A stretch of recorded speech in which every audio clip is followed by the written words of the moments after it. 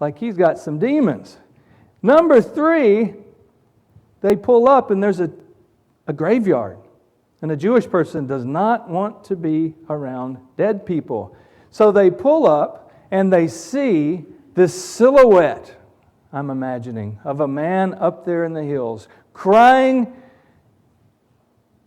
cutting himself with stones. Cutting is not a new issue.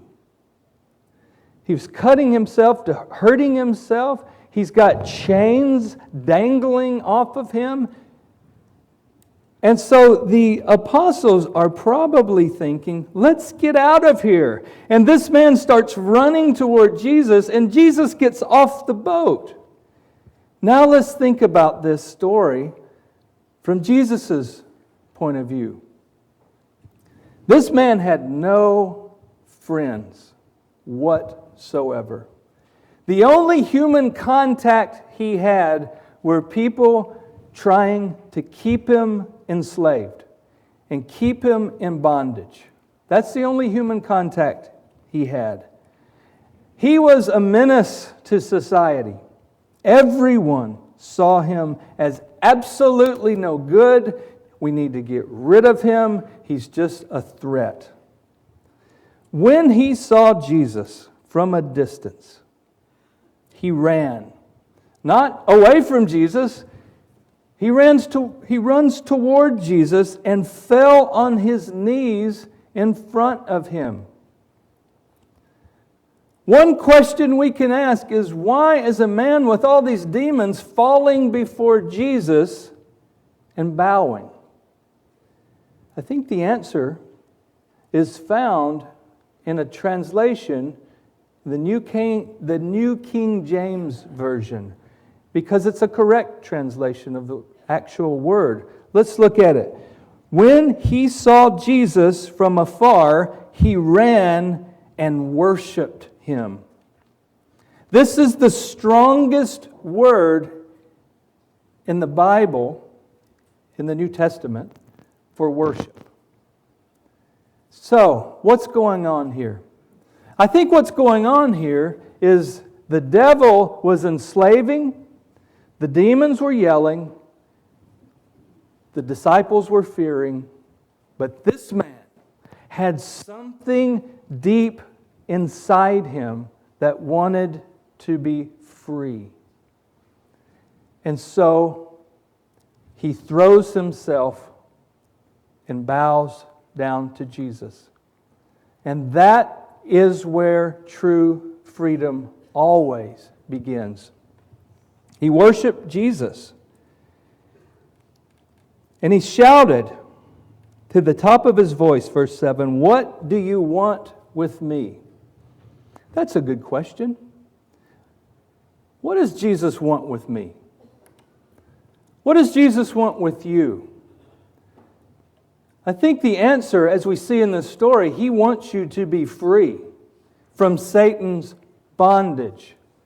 Who is this? Remember the earlier question. The demons knew, "What do you want with me, Jesus, Son of the Most High God?" They knew who he was.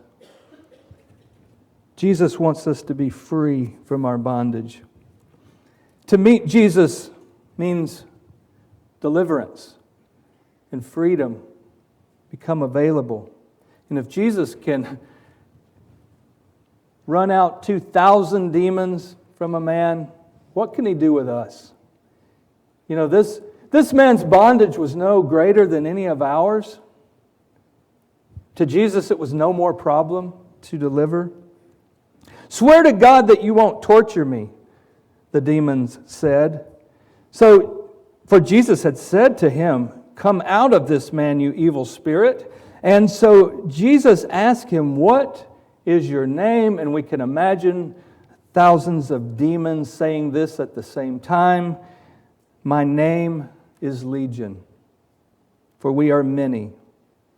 And he begged Jesus again and again, "Do not send them out."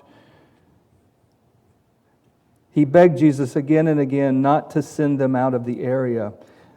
Principle number 6. Satan has no jurisdiction where Jesus is. I love the lyrics of this song. The mountains shake before him, the demons run and flee. At the mention of the name King of Majesty, there is no power in hell or any who can stand before the power and the presence of the great I Am. So Jesus went to the other side. Why? Because one person needed to be free. In principle, if we're going to be like Jesus, we're going to have to engage with people on the other side. We're going to have to engage with people who are different than us. We're going to have to engage with people who don't look like us. We're going to have to engage with people from other cultures and other lands and other religions. And if we're going to be like Jesus, we're going to have to stop seeing people as threats and start seeing people as people who need freedom and who need Jesus and who need the good news of Jesus. So, he went over to the other side. A large herd of pigs was feeding on the nearby hillside. The demons begged Jesus, "Send us among the pigs, allow us to go into them." He gave them permission, and the evil spirits came out and went into the pigs.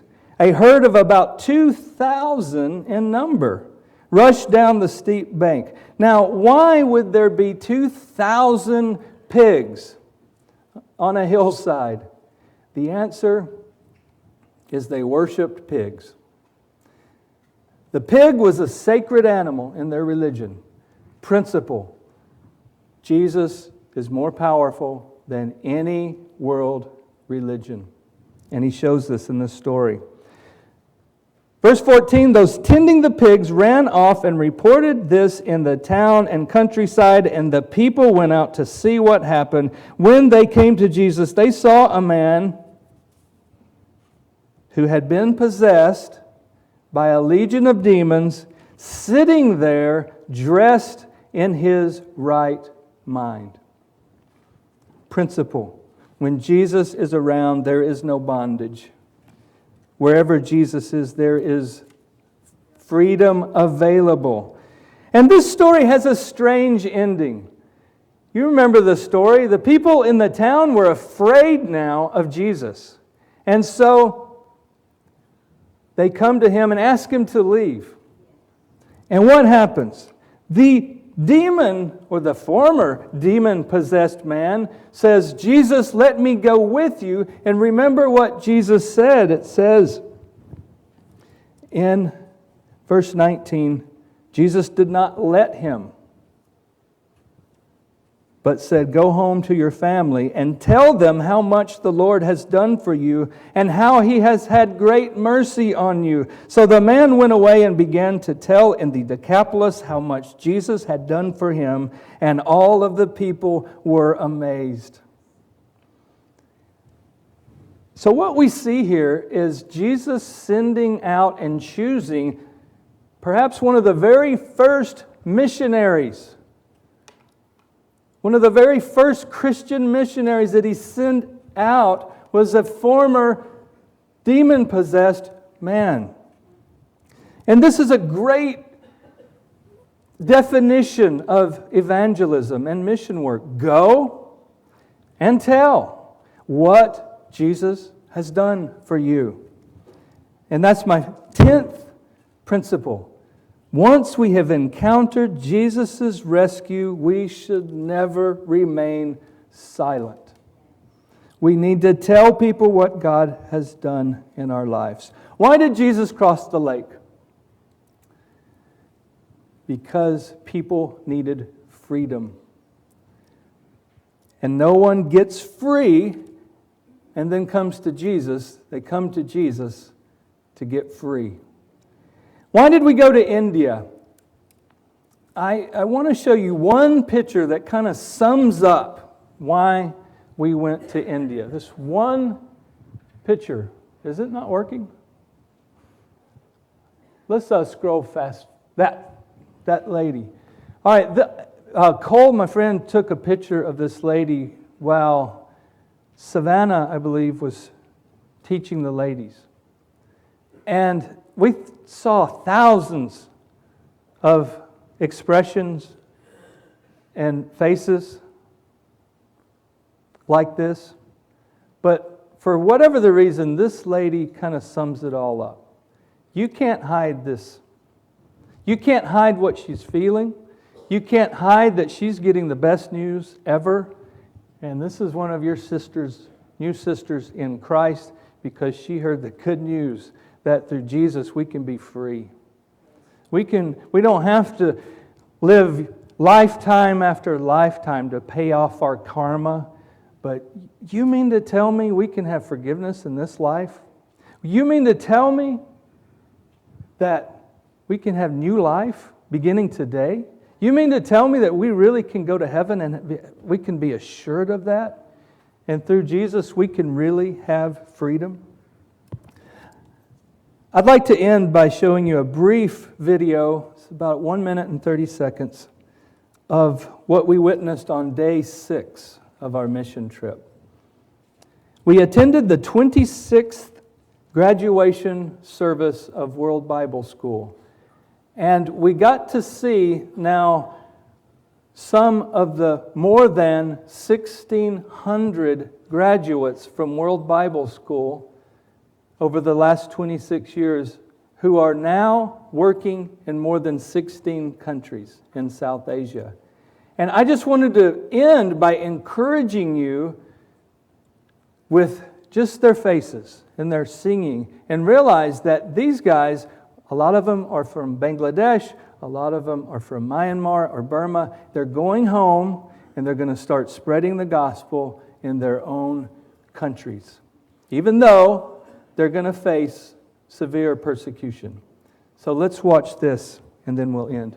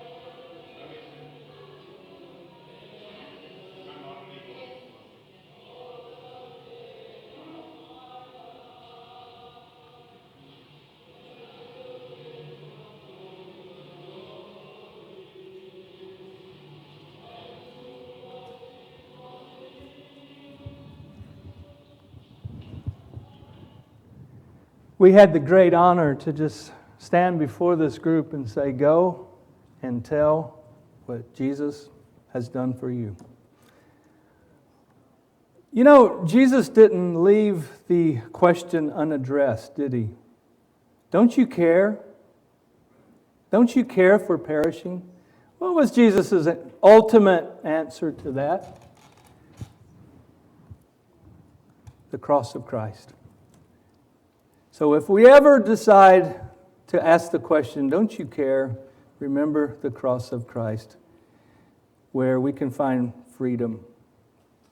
If there's anyone here that has not embraced that freedom, embraced the salvation that Jesus offers, embraced the new life, the hope, the peace, the forgiveness, we invite you to embrace that. If you don't know much about the Christian faith, we'd love to study with you. If you have questions, I'd love to address those. And if there's anything we can do or pray for, let us know while we stand and sing.